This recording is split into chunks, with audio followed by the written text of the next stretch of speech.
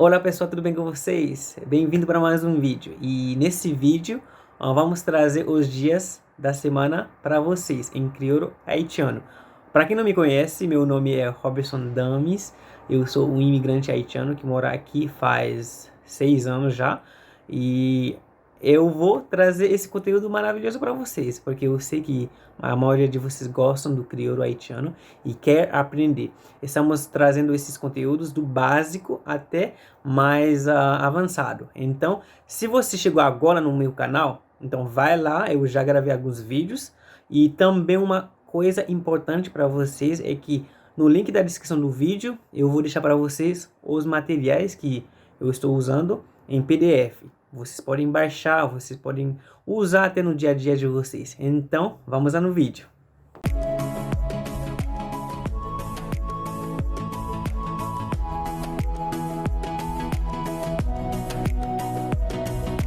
Então, minha gente, nesse vídeo vamos ver os dias da semana em crioulo haitiano. Então, vamos começar no primeiro dia do trabalho, né, que é segunda-feira. Vamos ver isso em crioulo haitiano.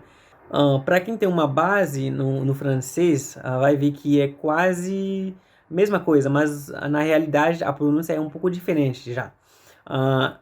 Em crioulo haitiano, segunda-feira seria lundi. Lundi. Geralmente você vai falar mais com boca aberta. Seria lundi.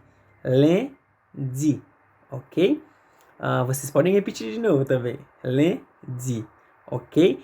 E terça-feira seria mardi. Mardi. Para quem fala um pouco de francês, o francês tem um R, mas o crioulo não. É mardi, como vocês podem ver aqui. E quarta-feira seria mercredi. Mercredi.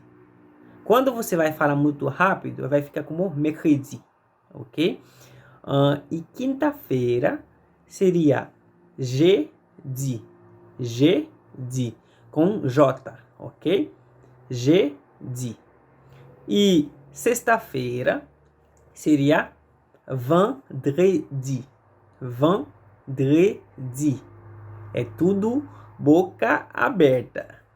Vendredi. Ok? E sábado. Sábado seria samedi. Samedi.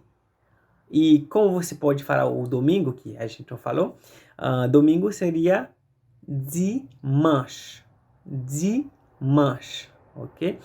E, geralmente a maioria das palavras você vai falar boca aberta. Dimanche. Ok?